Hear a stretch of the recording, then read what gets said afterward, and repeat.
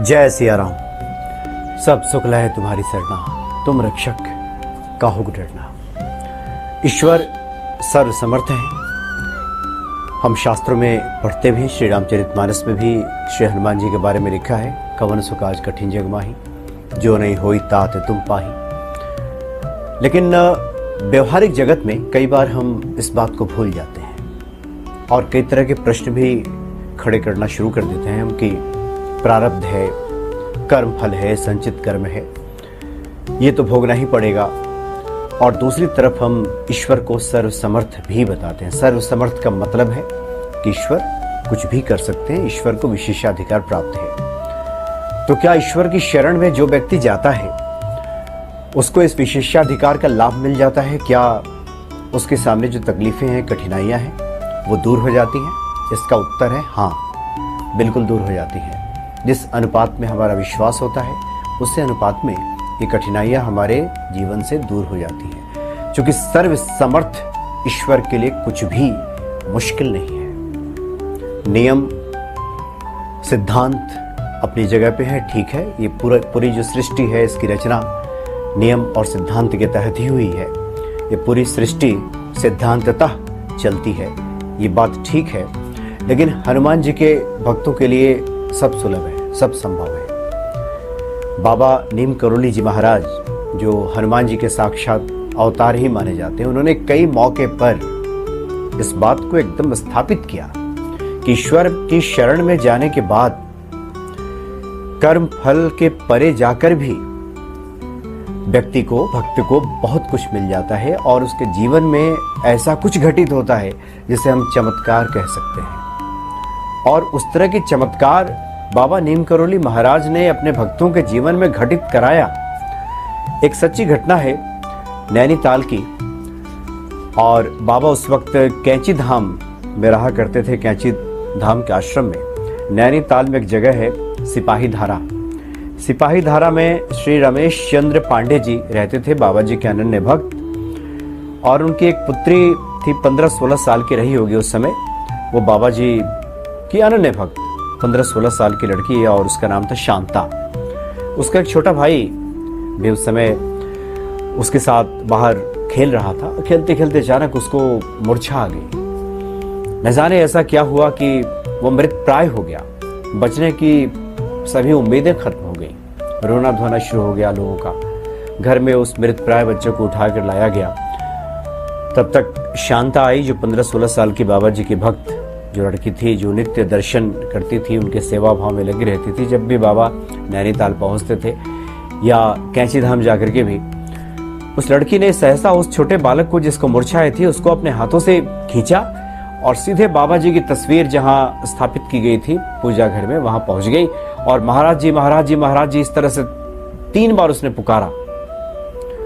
और इस भक्ति भाव से, इस विह्वलता से उसकी इतनी करुण पुकार थी कि उस मृत प्राय बच्चे के अंदर हलचल होनी शुरू हो गई और उसके प्राण लौट आए। घर में जो रोना धोना, चीखना चिल्लाना शुरू हो गया था, सब शांत हो गया। अगले दिन पूरा परिवार बाबा जी के दर्शन करने के लिए पहुंचा नैनीताल।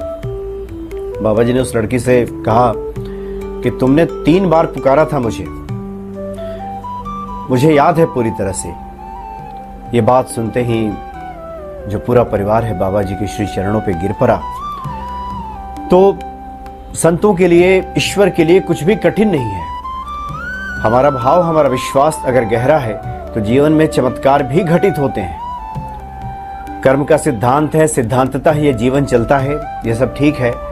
लेकिन ईश्वर के कृपा पात्रों के लिए सब संभव है। सब संभव है, सब यानी सब, कुछ भी हो सकता है। इसलिए सर्व समर्थ जब हम ईश्वर को कहते हैं तो हमें इस बात पर पूर्ण भरोसा रखना चाहिए कि सर्व समर्थ ईश्वर कुछ भी कर सकते हैं। वो हमारे जीवन में भी कुछ भी घटित करा सकते हैं। कर्म सिद्धांत के परे जाकर भी, कर्म के नियमों के परे जाकर भी कई इस तरह की घटनाएं हैं। एक बार की और बात है, बाबा जी उन दिनों इलाहाबाद में, जो प्रयाग है, तो गए थे वहां पे।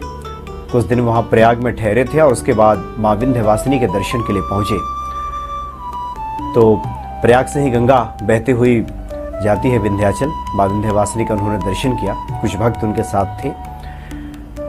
एक भक्त के माता पिता को पता चला कि बाबा जी हैं प्रयाग में और वो मां विंध्यवासिनी के दर्शन करने के लिए भी जाते हैं, तो उनकी भी इच्छा हुई कि ये तो बड़ा ही अच्छा मौका है, बाबा जी का सानिध्य मिलेगा और जगत जननी मां विंध्यवासिनी के दर्शन होंगे। ये सोच करके एक वृद्ध दंपत्ति जो एक भक्त के माता पिता थे वहां पहुंच गए प्रयाग। उसके बाद ये सब लोग चले।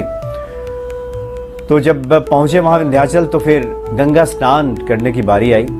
तो गंगा स्नान करने के लिए जो भक्त के वृद्ध पिता थे गंगा में उतर गए और उसके बाद गंगा की तेज धारा में बहने लगे। अब तो लगा कि जैसे ये धारा उनको बहा ले जाएगी, लेकिन तब तक पता नहीं कहां से एक व्यक्ति आया और कपड़े पहने ही वो कूद पड़ा।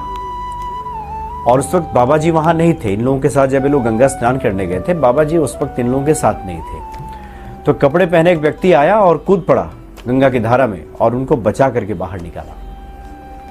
उसके बाद जब ये पूरा परिवार बाबा जी से मिलने के लिए गया और बाबा जी से ये पूरा किस्सा कह सुनाया कि कैसे गंगा की तेज धारा में उनके वृद्ध पिता बहने लगे थे और एक कपड़े पहने हुए व्यक्ति आया और उसके बाद वो बचाकर न जाने कहाँ चला गया, पता नहीं चला, पता नहीं वो कौन व्यक्ति था। तो बाबा ने कहा कि तुमने पुकारा किसको था? तब ध्यान आया बाबा जी के भक्त को कि जब उनके वृद्ध पिता गंगा की तेज धारा में बहने लगे थे उस वक्त बाबा जी का ही स्मरण आया था। उन्हें लगा था कि अब बाबा जी ही कुछ चमत्कार कर सकते हैं और उनके पिता को बचा सकते हैं। तात्पर्य यह है कि सर्वसमर्थ ईश्वर के लिए कुछ भी असंभव नहीं है।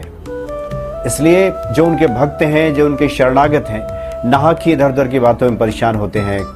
प्रारब्ध, संचित कर्म, ऐसा वैसा बहुत सारी बातों में लोग नाहक परेशान होते हैं। शरणागति अगर पूर्ण हो गई है, भक्ति भाव हमारे भीतर अगर दृढ़ है, प्रबल है श्री हनुमान जी के प्रति, तो बाकी का सारा कार्य तो हनुमान जी संभाल लेते हैं।